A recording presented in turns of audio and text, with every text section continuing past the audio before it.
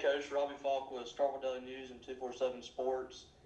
Just really interested in your thoughts over the last couple of months of how things have kind of transpired here.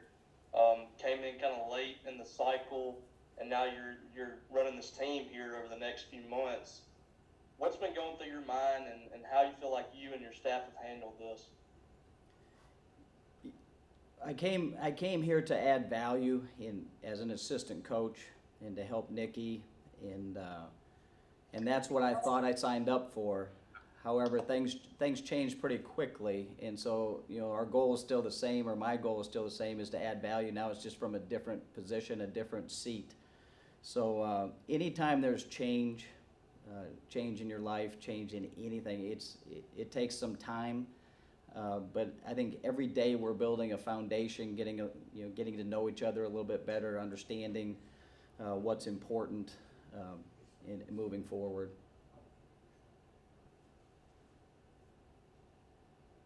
Okay, John, you can go. Hey, Doug, first of all, welcome to Starkville. I'm John Sokoloff. I work at the TV station not too far from State. Welcome here, and kind of going off Robbie's question there, can we kind of get a little more of like the timeline? When did you find out actually that you were going to be taking over the program, and how kind of has the adjustment been since, so late in the off season?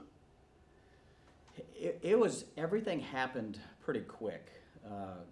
Coach was able to speak with the team, about her health issues, and within that day, maybe the next day, we started making changes, making arrangements. We took a couple days off of our workouts just to process, so the team could process, so we could get organized. And then again, anytime there's change, it takes a while for people to adjust. But moving forward, it's actually each day gets better and better, and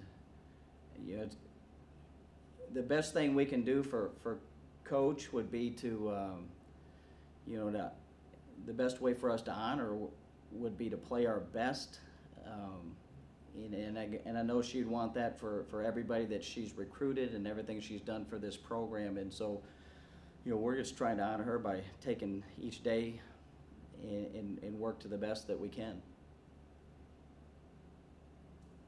Stephen?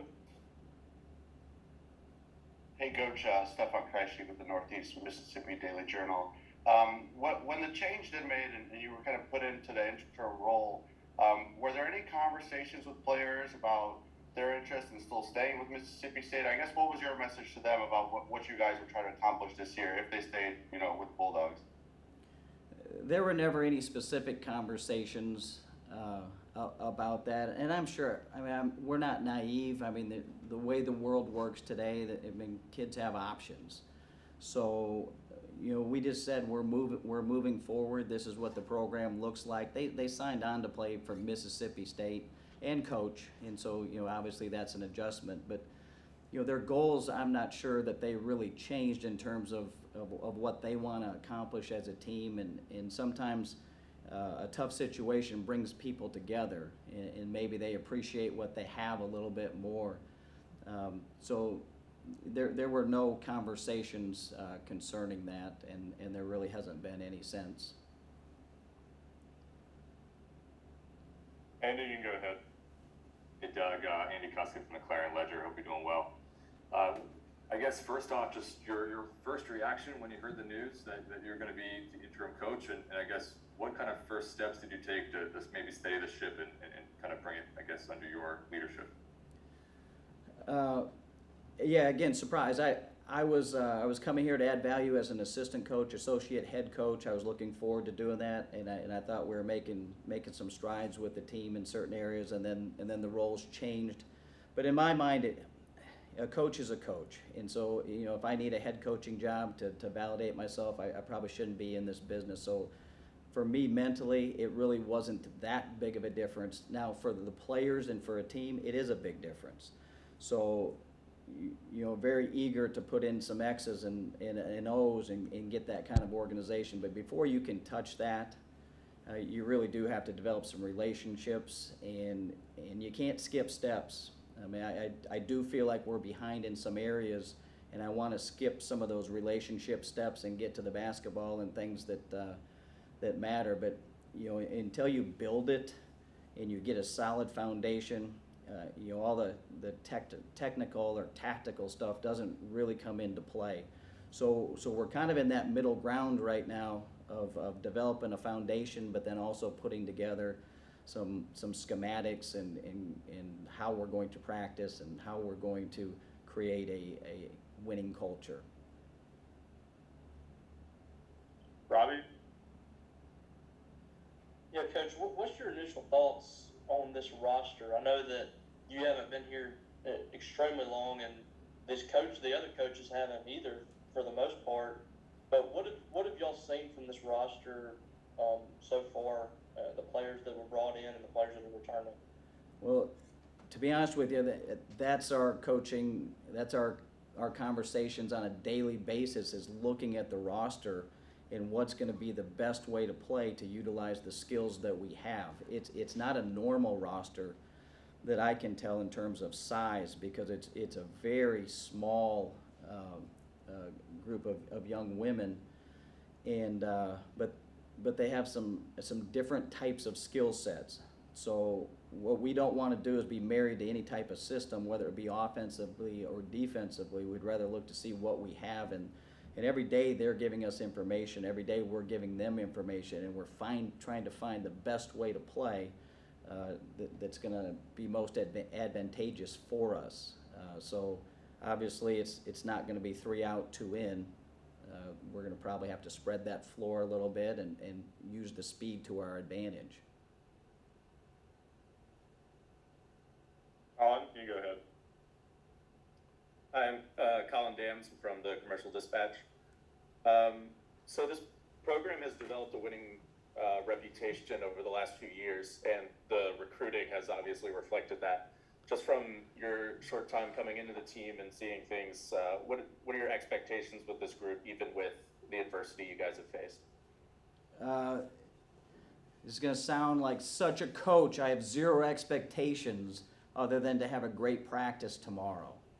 And I just think everything will take care of itself if our main goal is to keep on developing players, getting them better on a day-to-day basis, and growing as a team. And those wins are going to take care of themselves.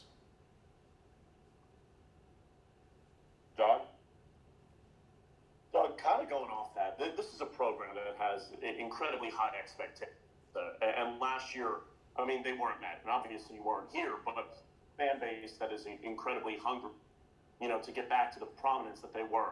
What do you think makes you the right guy to lead this specific group to get back to that prominence that these fans are so hungry for? Yeah, it's not going to be me telling the fans that I'm the right guy. We're going to have to show it. We're going to have to show it on a daily basis. And more than anything else, we may have some early growing pains, but it's going to be the growth of our program over time. Our growth from one day to the next, from 1 week to the next, and we are going to be incredibly persistent, in seeking out that growth.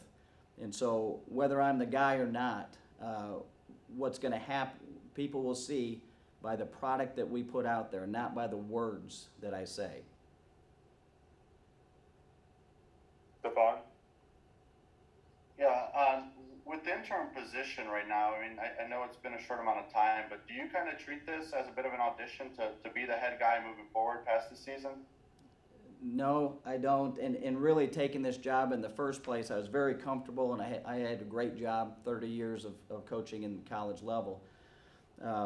There was no end game to this. There was no agenda. There was nothing that I was seeking out other than I thought this was a program that I could come in and help.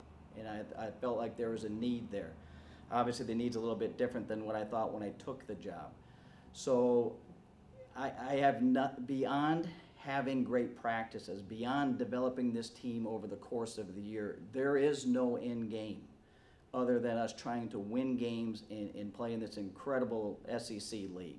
I mean, that's the excitement, and whatever happens, happens. Like it's even with the wins. Of course, here at Mississippi State, there should be some expectations. what's been done here is amazing. And I'm humbled to be a part of this thing right now, and anxious to get to grow this thing our way in maybe a different way than it's done before. But really, those are my only expectations, is to keep on having the great practices and growing our team. Christy? Hi, Doug. Christy Thomas, Cody, ESPN. You mentioned earlier, every day the system is evolving because you're learning one another. But you're basically 2 weeks out from playing. So knowing you came in late, you've got two other assistants who are new. Can you walk us through how you went about how you're building practices to build an offensive and defensive system? Is it more what you've done in the past, taking what Nikki did a year ago? What can we expect? Well, that's a great question. Now we're getting into some fun basketball stuff. It's for me, over the years, it's always been about a foundation of footwork, both on the offensive and defensive side. And so we care about very little. So there's probably 4 things on the offensive side, 4 things on the defensive side, and obviously, and those have layers to them. But we're not yelling and screaming about a lot of things, but that foundation of eyes on the rim, working your feet, how to start, how to stop, and then making the person next to you better. Those will not change, and those are universal. They were great 20 years ago. They'll be great 20 years moving forward. So that foundation is there. Now, within that foundation, every year is different. I mean, even if I was at Mississippi State for 20 years, every year those players are going to be different, even if they're the same players, because they're developing at different rates. But we're constantly watching to see what they can do within the framework that we've laid out there. So the framework doesn't rule the game, their skills do. Our offense is based on what they can do, and we want to get to their best most often. And then on the defensive side, same thing. We're working on conditioning the feet, learning how to pick up a left foot when a driver is going baseline, and cross over, and how to wall up and do those things. But once that foundation is laid, and sometimes it takes forever to get that down, then you can put layers on top of it. And so gradually we're starting to put layers on top of that foundation. But that's where I said earlier, where I want to skip some steps, you just can't. It's in the long run, it's worth staying with the foundations of fundamentals, and then adding the layers, and you can put the layers on really quick, almost like building a house. It seems like it takes forever, and they're not going to get it done. And then within the last week, the whole thing's completed. So based on this foundation on both sides of the ball, would you say that you're ahead in one area or the other? And where do you expect to see the biggest gains, maybe by the time SEC play begins? I wish I could answer that one, because it fluctuates. I would say where we've made the most gains, and it's such a short amount of time, but I would say within the last 3 days, is consistency of focus and effort into those things. And it's not that any player was saying, hey, we don't believe in what's going on. Sometimes they don't understand the words. Sometimes I can't present it in the right way. And that's part of the relationship thing. They're learning how we speak as coaches, and we're learning how they respond. And so we're starting to find a consistency in where we may be doing the same things over and over, maybe in a different area. But it's that consistency that allows you to take that next step. So some days on that offensive end, that ball is really moving with those small guards that we have. And those smaller guards are also finding ways to attack the basket and be a presence around the rim. And so, yeah, again, each day we're getting more information, and I feel like I'm gaining wisdom, and they are too. Thank you. Robbie?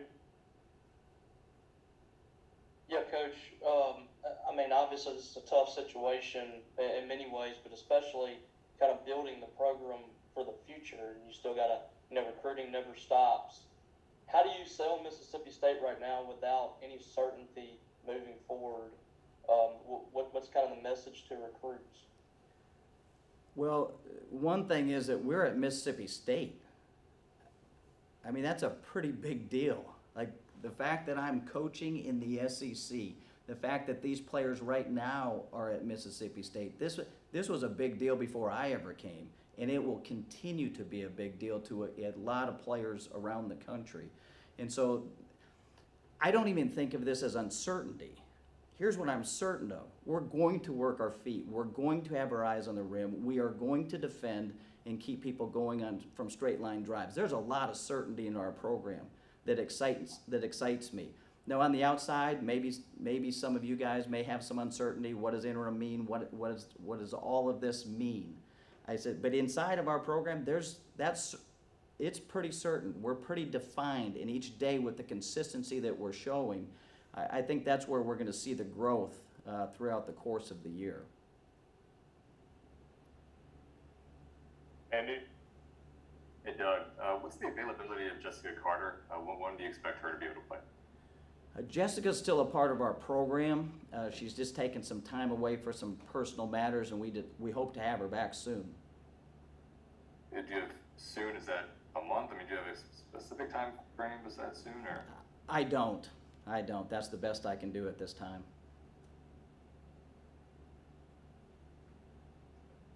John? Doug, what has Myah kind of brought in your time there so far, and how special of a player can she be, and how instrumental do you think she'll be in any success you guys have this year? Did you say Myah? Yeah. Crucial, and she's been great for my soul. She makes me feel good every day, and I appreciate every coach that's coached her before, because we as a staff are reaping the benefits of what they've been able to do with her game. An outstanding defender, the leadership off the charts.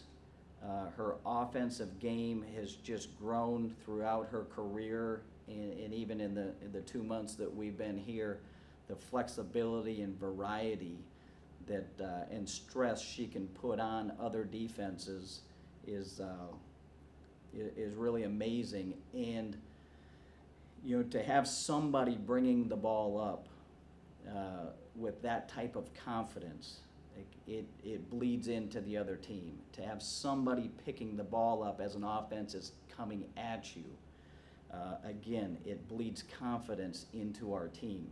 And so early on, in the middle, and in the end, I know that I'm sure going to appreciate the experience, even in this small amount of time that I've been able to coach her and watch her and work with her.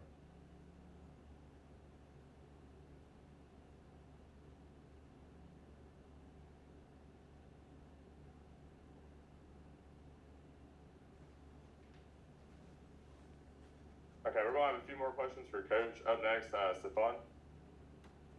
Coach, I know a lot of your head coaching experience has been on the men's side. What have you kind of learned about the women's game? What are maybe some differences that you see that you've kind of implemented in how you coach? I really haven't noticed very many, to be honest with you. Coaching is coaching, teaching is teaching. To be honest with you, the only one that got me with the game itself was screening.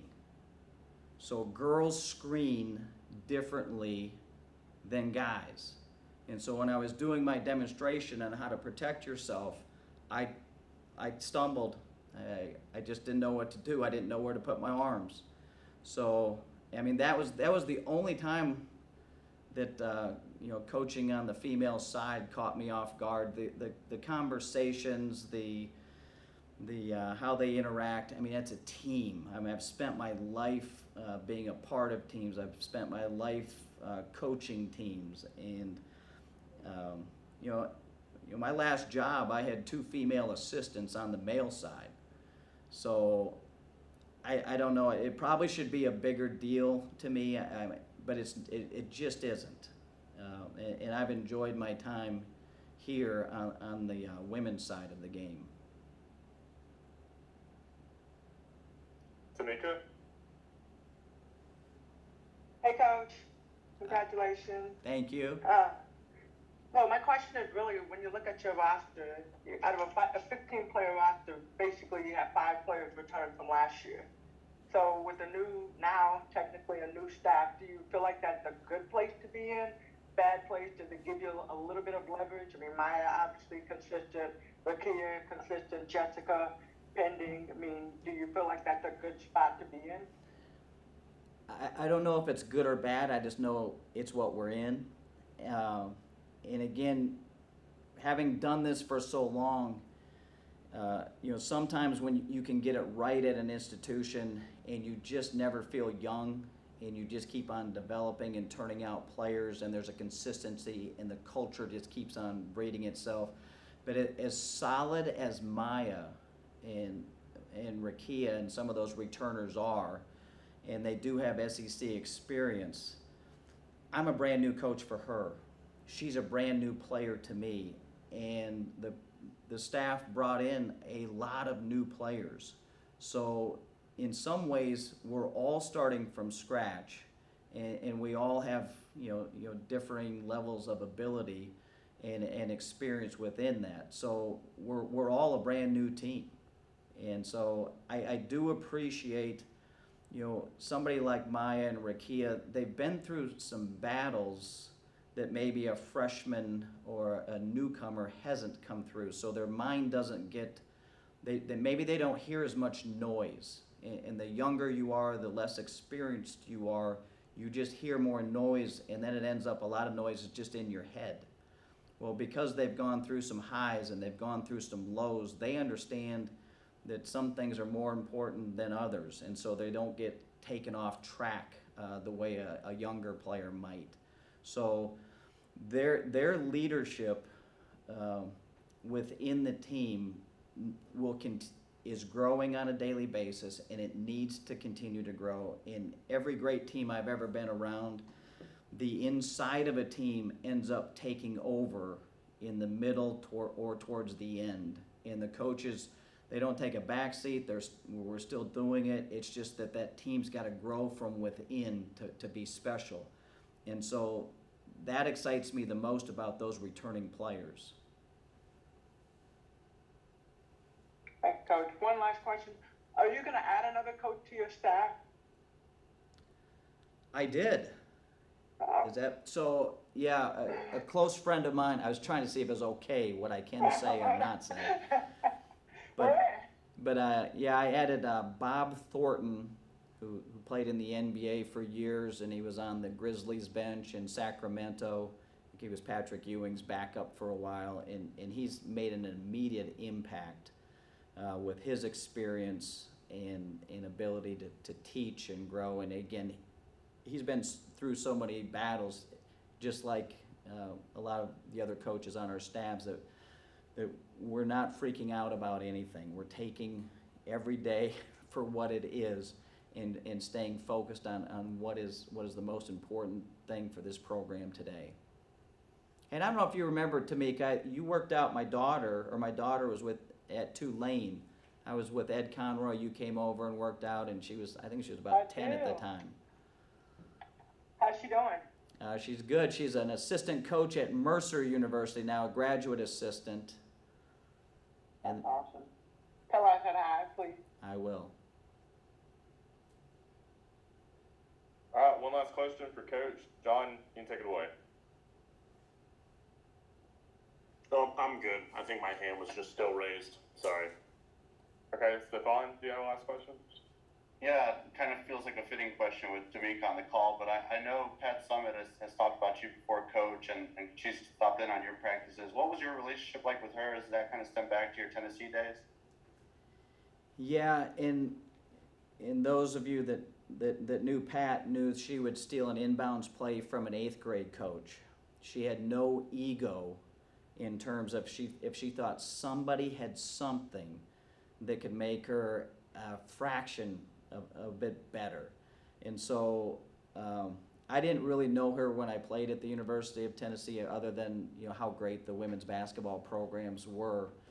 And so we got to know each other a little bit more when I was coaching at a Division II school at Anderson University, and she brought her staff over, and we spent a couple days, and and then I came over there a few times too, and I was just always, I always admired her so much, because what the general public saw wasn't what I saw. She just looked kind of mean sometimes, and she looked tough, and she was tough, but she was so compassionate to people that really could give her nothing in return.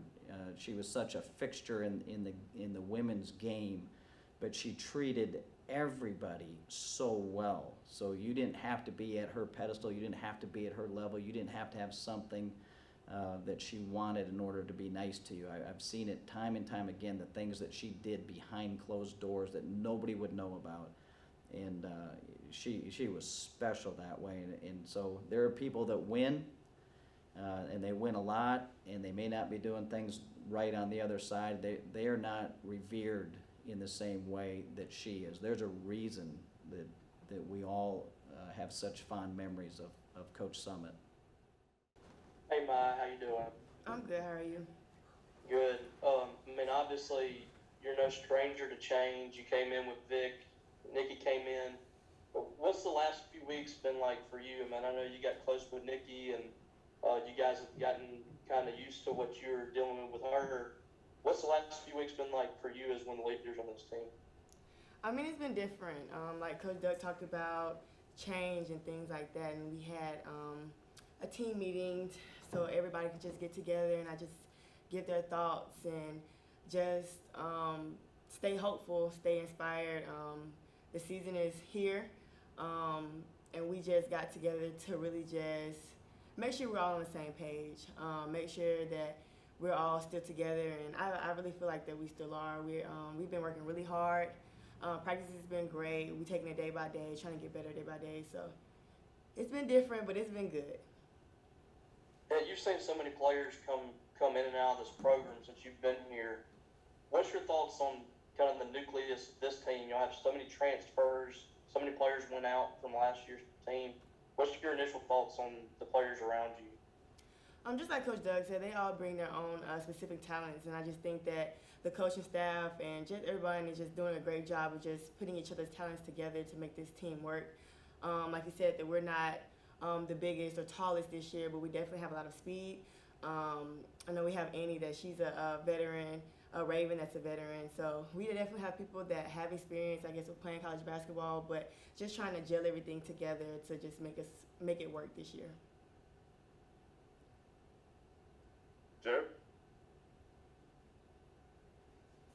Hey, Myah, Joe Cook, WAPT. I guess my question for you is, do you feel like because of the role that you're going to play, the experience that you have with the new girls coming in, the new coaching staff, that you almost feel like a coach yourself going into this year? I guess, how are you trying to prepare yourself mentally for, the mental side, communicating on the floor, communicating with the coaches, with the teammates? I guess, how are you getting ready for that kind of maybe a mental grind that maybe you didn't anticipate for this season? Yes, I just try to use my experience to help everyone else here. Like, I've been a part of this program. This is my 5th year, 4th year actually playing, but just using my experience, using my knowledge, having many conversations with Coach Doug and the other coaches, and just making sure that I'm on the same page with them, so when my teammates have a question, I'm able to answer it as well, and just try to, I guess, relieve some of that stress off the coaches as well, try to be a coach on the floor. And so I've definitely taken pride in that and just trying to help my teammates out as much as I can. John, you can go ahead. Myah, what was the whole process of Nikki stepping down like for you? Was that hard? How hard were those conversations? What was that situation like? Yes, it was difficult. I guess just hearing her and just talking about just her stepping down. It's no surprise that me and her had a very close relationship, and I still talk to her regularly as well. But I have full trust in the coaching staff that we have now, full confidence in Coach Doug stepping in as an interim head coach, and just knowing that this team is still in great hands. We're still going to have a wonderful year. We're going to have hiccups, but I can just say that we work really hard, and we just have full trust in our coaching staff. Stephon? I know some of the preseason polls, I think you guys were around ninth projected to finish in the SEC, somewhere around there. I mean, is that something you guys notice, and do you kind of try to use that as motivation going into the season? Honestly, I didn't know, so thanks for telling me. But we're just gonna use it as motivation. Right now, we just focus on just everyone on our team. We just focus on ourselves right now and just getting better each and every day. And then we're just gonna take it game by game. So we're definitely looking forward to the season. We have our exhibition on the 1st and our first game on the 9th. And so right now, our focus is on the 1st. Andy? Hey, Myah. Doug Novak kind of talked about how building relationships and that foundation right now is maybe the main focus. How's he kind of going about building those relationships with players that, he hasn't known that long? It's going pretty good. Just with me and all the new players, we just try to make sure we have a relationship outside of the court. We've done many different team building and character building, meetings, you can say, and to just be able to have a better relationship with our teammates and just seeing just little information that we wouldn't share on the basketball court. And so I think that helps when it's time to play or just, getting to know each other better. But especially with the coaches, they do a great job with reaching out. They do a wonderful job with just making sure they understand us as a person first and a basketball player. And so that's something that I'm really grateful for. And I think that's something that definitely has helped us out a lot. Do you have an example of a team building meeting? Like when you mentioned a team building meeting, what do those kind of involve? Yes, we did a team building with Miss Felicia and Mr. Johnny. They came and we had a team building where everyone come together and we just did different exercises. We talked about, just individual challenges outside of basketball. And so, we break out into, different little groups and we just talk about them and then we come back together and then just discuss it and just what things to, move forward from and then how we'll be able to translate that over to the basketball court to be successful. John?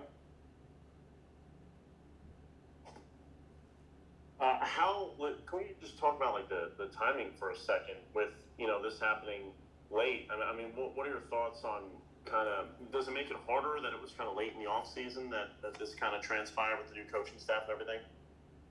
I definitely think that it was a challenge, but I feel like we're gonna go through challenges this year, and it's just about how do we bounce back and respond from it. And I feel like my teammates and I have responded really well.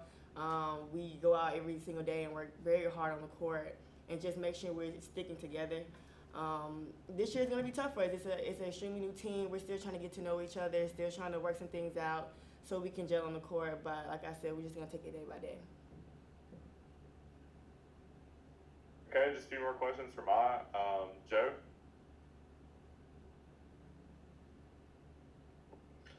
Oh, I'm sorry. I think my hand was still up. But I do have one more. Myah, you mentioned off the court, how you guys are coming together. How in your experience, how important is that, no matter the coaching staff, to have, that team chemistry, that team bonding, even establishing some of that nonverbal communication before the season starts? It's very important. It's very important for the fact that just having a relationship of knowing that your teammates are going to always have your back and they understand you more than just basketball. You know a little bit about their family, you know a little bit about their challenges they went through. It just makes us want to work that much harder for each other when it's time to step on the court. And so it's in those tough moments and late in the game, and that's when you really just stick together, and I think that has a lot to do with it. Okay, the last question is for Tamika. Hey, Myah. One question that I have for you is it's kind of a multi-question, but you've been looking at yourself. You've been here, like you said, the longest, 5 years, 4 years on the court. When you think about yourself, what has been your personal growth? And even as you look at this season, what's a goal that you've set for yourself personally that will translate to the team? My personal goal was to just be more vocal. I know that's something that Coach McCray really harped on me about and really made me look myself in the mirror, and I'm just carrying on this year because Coach Doug and all the other coaches are holding me accountable for that. So just being able to use my voice, use my influence, and just be just that player on the court that could just, get everyone together, just bring that relaxing feeling when everything is chaotic.